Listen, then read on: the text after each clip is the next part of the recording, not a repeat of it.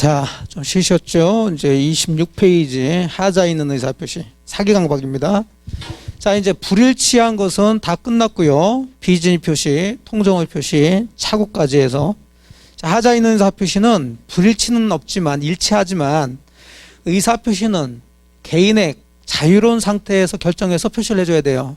근데 다른 사람이 사기나 강박에 의해서 불법적 방법에 의해서 의사표시했으니까 문제가 삼겠다는 얘기죠. 자, 여기서는 문제는 어떤 게 사기의 의사표시 또는 어떤 게 강박에 의한 의사표시로 취소할 수 있느냐. 이건 무효는 아니고 취소인데 그러려면 요건을 갖춰줘야 됩니다. 여기서 이제 사기냐 아니냐 강박이냐 아니냐 이거 구별하는 게 가장 핵심적인 얘기인데, 자 1번 사기에 의한 의사표시가 되려면 네 가지를 기본적으로 갖춰줘야 돼요. 첫 번째, 사기친 사람이 2단에 고의가 있어야 돼요. 고의가 있어야 돼요. 고의 체크. 그 다음에 괄호 2번 당연히 기망행위를 해야죠. 속이는 행위를 해야 돼요. 그 다음에 괄호 3번 그 기망행위가 위법성이 있어야 됩니다. 자, 그 다음에 괄호 4번에 인과관계가 있어야 돼요. 즉 속이는 사람이 속여서 상대방이 그걸 속아가지고 잘못된 의사표시를 하는 그런 인과관계가 있어야 돼요.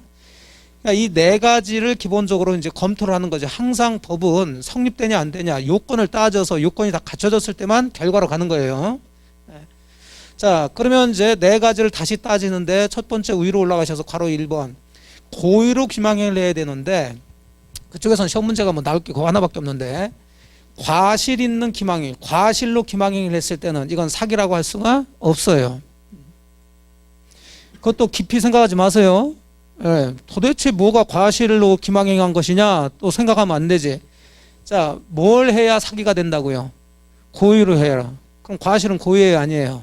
아니니까 아니다 그렇게 하고 빠져나가셔야지. 두 번째가 문제가 되는 거예요. 자, 기망행위, 속이는 행위를 했어야 되는데 속이는 행위 중에서 가장 문제가 있는 것은 거래하는데 가만히 있는 거, 알리지 않은 거, 즉 이걸 부작위, 침묵이라고 그래요. 어떤 행위를 하지 않는 거 뭐라 한다고요? 부작위, 침묵. 그것도 기망행위가 될 수 있냐 없냐 그 문제인데 될 수 있어요. 결론부터 얘기하면. 다만 무조건 되는 건 아니고 거래상 상대방한테 알려야 될 고지 의무가 있음에도 고지하지 않은 부작위는 그건 사기가 된다는 얘기죠. 거기 동그라미 1번 설명 의무나 고지 의무가 있는 경우에 단순한 침묵이나 부작위도 기망행위가 될 수 있는데 그 대표적 판례가 동그라미 2번이죠. 이건 설명 안 해도 여러분이 느낌상 알아요. 자, 여러분이 아파트를 분양받는 사람을 생각하시면 훅 올라옵니다. 자, 아파트 분양은 이미 아파트를 지어놓고 분양한다. 선분양 후 시공이다. 선분양 후 시공이죠. 그러니까 분양할 때는 뭐 모델하우스 짓고 저 뭐 멋있게 져가지고 분양을 한다고요. 자, 근데 분양 계약을 다 맺었는데 나중에 알고 봤더니 그 아파트 인근에 아파트 단지 인근에 대규모 뭐가 있다고요? 공동묘지가 있더라고요. 또는 인근에 대규모 쓰레기 매립장이 조성될 예정이 있더라고. 자, 그러면 그 분양자들은 최소한 그런 얘기를 여러분들한테 했어야 될까 안 했어야 될까? 했어야지. 해서 여러분이 판단을 할 수 있게끔 해줘야 되는데 그런 얘기를 하질 않았다면 사기로 본다는 얘기죠. 사기. 훅 올라오죠? 예, 그러고서 뭐 금방 하는 거죠. 자, 근데 4번으로 들어가시면 그러나 부동산 분양받는데 여러분들이 이제 뭐 상가나 오피스텔 같은 것들 그 분양받는 이유가 전매 차익을 누리기 위해서 분양을 받아요. 싸게 분양받아서 비싸게 되팔려고. 그럼 전매 이익에 대한 것은 분양받는 사람이 사실 알아서 다 해야 돼요. 분양해준 사람이 다 알려줘야 돼요. 분양 받는 사람이 알아서 해줘야지. 물론 분양해주기 하려면 뭐 분양하는 사람이 별별 얘기를 하면서 이렇게 하면은 분양 이익이 전매 이익이 많이 나온다 얘기하겠지만 그건 꼭 거래상 그런 얘기를 해줄 이유는 없지. 의무가 있는 건 아니죠. 그래서 이런 얘기 안 해줬다고 해가지고 그걸 사기라고 보지는 않는다는 얘기죠. 부동산 분양 계약에 있어서 분양자가 수분양자, 분양받는 사람의 전매 이익에 영향을 미칠 사항들에 관해서 고지하지 않은 것은 부작위한 기망에 해당되지는 않는다고 봅니다. 자, 그래서 부작위 해당되고 안 되고 구별하시고 그 다음에 괄호 3번 자, 그 기망행위가 뭐가 있어야 되냐면 위법성이 있어야 돼요. 위법성이라는 것은 법을 위반했다는 게 아니라 사회적으로 통용될 수 있는 것을 정도를 넘어서 좀 과하게 했다는 얘기입니다. 이걸 위법성이라고 그래요. 왜냐하면 여러분들이 한번 잘 생각해 보세요. 여러분들은 항상 정직하게만 사셨죠? 웃기고 있네. 또 특히 거래는 자기한테 이득을 보려고 거래를 하는 거죠. 그럼 이득을 보기 위해서는 살짝 과장이나 허위가 들어갈 수가 있는 게 사회라고요. 그 사회에서는 어느 정도는 인정해 준다고. 그러니까 약간의 과장이나 허위가 들어갔다고 해서 그걸 다 기망행위로 사기로 보지는 않는다. 그게 너무 과하다면 그걸 사기로 보겠다는 거예요. 그걸 이제 의법성이 있다고 그러는데, 대표적으로 동그라미 1번, 백화점 같은 데서 변칙 세일 하는 거죠. 그러니까 백화점 같은 데는 일반 시장하고 좀 다르더라는 거죠. 일반 재래시장이나 이런 데는 가서 가격 깎고 이런 것도 재미죠. 그러니까 거기 있는 상인들은 가격 물어보면 실제 가격보다 좀 높게 올려가지고 먼저 얘기를 해서 거기서 조금 이제 서로 이제 협상해가지고 내고도 좀 하고 해가지고 이제 깎는 재미가 있다고. 근데 백화점 같은 것은 여러분들이 백화점 가서 물건 살 때 깎으려고 합니까? 아니죠. 백화점은 기본적으로 정찰제로 판다는 것을 의식을 하고 들어가는 거지. 근데 백화점에서 그런 것을 이용해가지고, 자, 예를 들어서 어떤 물건이 있는데 사실은 실제 가격이 20만 원인데 이걸 정찰을 50만 원으로 붙여넣어. 그리고서는 50% 세일해가지고 얼마에 팔아? 25만 원 팔아. 그럼 여러분들, 야, 50%나 싸게 내가 샀다. 이러고 사왔어. 근데 실제로 이 가격은 얼마밖에 안 되는 거예요? 20만 원밖에 안 되는 거예요. 이런 식으로 백화점에서 팔면 안 된다는 거예요, 이게. 자, 이런 것은 뭐에 해당된다고요? 사기, 기망행위에 해당된다고요. 자, 설명은 들었죠? 예, 그러면 여러분들은 또 설명 기억할 게 아니라 키워드를 잡아야 되겠지. 사기 나와서 뭐 나오면? 백화점 나오면 그건 사기다. 이렇게 잡아 넣으셔야지. 그런데 동그라미 2번에, 자, 아까도 얘기한 것처럼 상품을 잘 팔기 위해서는 선전 잘해야 되고 광고 잘해야 되죠. 그러기 위해서는 있는 그대로보다는 약간씩 과장하거나 허위가 좀 들어갈 수 있단 말이에요. 자, 이런 것들은 사기라고 볼 수가 없죠. 그래서 특히 뭐 부동산 광고 같은 경우 보면 맨날 보면은 뭐 걸어서 1분 내 지하철 다 있대. 백날 걸어도 나오지도 않아. 무슨 뭐 상가 수익률 몇 프로 보장 막 이런 얘기 한다고요. 상가 분양할 때 뭐 5%, 6% 이렇게 보장해 준다고 그런다고. 자, 이 정도 안 나오겠지. 예, 그렇더라도 계속 얘기가 나온다는 것은 그건 사기가 아니니까 할 수 있다는 거예요. 하지만 동그라미 3번, 상품 선정 광고에 있어서, 자, 거기 뭐 다 써놨죠. 어떤 방법으로 허위로 고지했어요?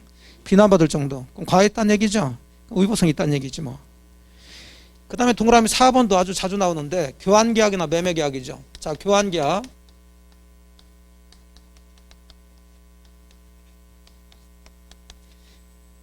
갑의 건물하고 을의 토지를 맞바꾸는 거예요, 쉽게 얘기해서.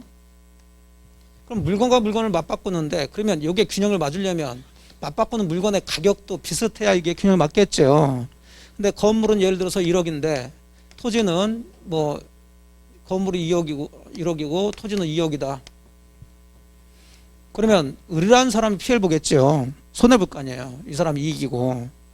이해되시죠? 예, 그럼 보통 이제 나중에 보시겠지만 이거 그대로 그냥 맛볼 사람은 별로 없겠죠.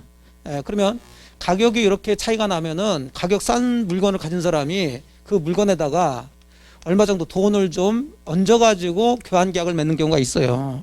주로 그렇게 하겠지. 이런 걸 우리가 무슨 금이라고 그러냐면 보충금이라고 그런다고요. 여기까지 이해됐나요? 예, 그래야지 균형이 맞지.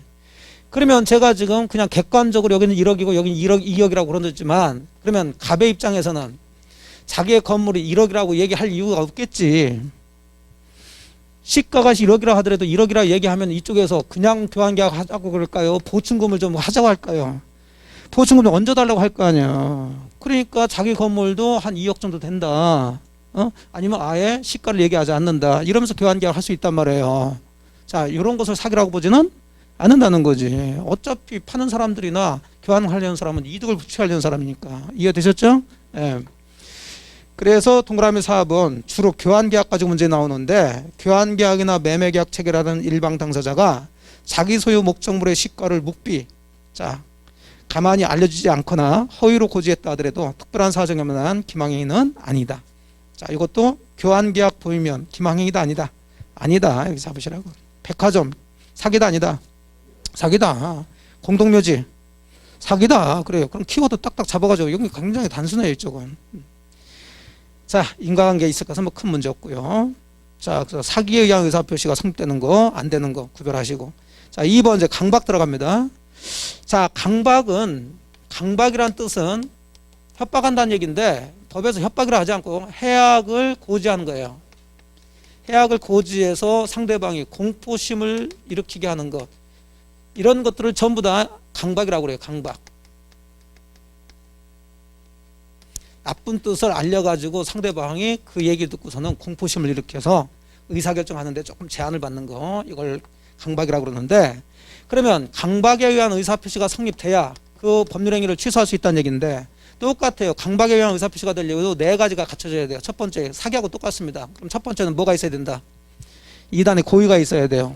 두 번째는 강박행위가 있어야 되겠지. 세 번째는 위법성이 있어야 되겠죠. 네 번째는 인과관계가 있어야 돼요. 그러면 사기에서도 본 것처럼 넷 중에서 두 가지가 포인트가 됐죠. 기망행위에 해당되냐 안 되냐, 위법성이 있냐 없냐. 됐나요? 그럼 강박도 마찬가지예요. 2단의 고의라든지 인과관계는 물론 갖춰야 되겠지만은 시험 문제하고 크게 상관이 없어서 여기는 두 가지, 강박행위하고 그 다음에 뭐 위법성, 두 가지만 설명을 해놨다고. 거기서는 구조는 그렇게 이해하시고. 됐죠? 예, 들어갑니다. 그럼 강박행위가 있어야 되는데, 자, 동그라미 1번. 강박행위의 정도에 따라서 그 법률행위를 취소할 수도 있고 무효가 될 수도 있는데, 강박행위가 너무 심해가지고 그 협박받은 사람이 의사결정 자유가 완전히 박탈된 상태에서 계약을 했다. 그렇다면 그건 취소하는 게 아니라 무효가 되는 거예요. 전혀 뭐 사시미카를 목에 딱 대고, 야, 네 건물 매매 계약 가는데 아주 싸게 해서 거기다 빨리 사인해. 안 하면 이거 안 되겠단 말이죠, 이거. 그래서 사인한 거. 그런 것은 무효가 되거든요. 아니면 뭐 계약에 성립되지 않는 걸로 취급하죠. 근데 그냥 말로 얘기했어. 그러면 좀 겁은 먹었지만 안 할 수도 있고 될 수도 있고 약간 제한을 받을 정도죠. 그렇다면 그 계약은 뭐가 되냐면 취소할 수 있는 거죠. 그러면 여기서도 강박에 의해서 취소할 수 있다, 무효가 된다 이렇게 들어가는데, 키워드가 강박의 정도가 의사결정 자유를 뭐하는 정도라면, 제한 정도라면 뭐고요? 취소고, 완전 뭐할 정도라면 박탈. 그러면 이것은 결론이 무효. 자, 동그라미 1번 읽어보시면, 강박행위로 취소할 수 있으려면 의사결정 자유를 제한하는 정도에 그친 경우에 하므로, 의사결정 자유 제한 나오면 취소할 수 있다는 얘기죠. 그러므로 다시 두 번째 줄, 의사결정 자유를 완전 박탈한 상태에서 의사표시가 이루어지면 결국 결론적으로 무효이다. 완전 박탈은 무효다. 또 동그라미 2번에 단지 각서에 서명 날인할 것을 강력히 요구한 것만으로는 강박행위라고 볼 수 없다는 판례가 있으니까 잡으시고. 자, 27페이지 역시 위법성이 있어야 되는데, 자, 동그라미 1번 우리 판례는, 그럼 강박행위로서 위법성이 있기 위해서는 세 개 중에 한 가지에 해당되면은 이게 위법성이 있다고 쳐요. 그럼 여기 있는 단어들을 기억하시면 되겠지.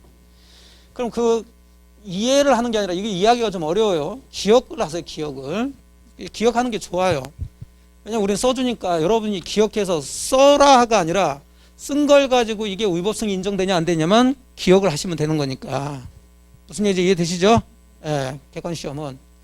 그러면 세 개 중에 한 가지에 해당되면 위법성이 있다는 얘기인데, 일단 여러분들이 위법성이라는 단어를 생각할 때 이것은 좀 좋은 뜻 같아요? 나쁜 뜻 같아요? 나쁜 뜻. 그러면 여기 나와 있는 단어들도 좋은 뜻이 들어갈까요? 나쁜 뜻이 들어갈까요? 나쁜 뜻. 자, 그래서 여기 체크를 해드릴 테니까 그 정도만 체크하시면 돼요. 자, 27페이지 맨 꼭대기 동그라미 1번. 해악의 고지로서, 자, 해악의 고지는 강박행위로서 그 얘기죠. 강박행위로서 추구하는, 그 다음 체크. 이익이 뭐하지 않아요? 정당하지 않대요.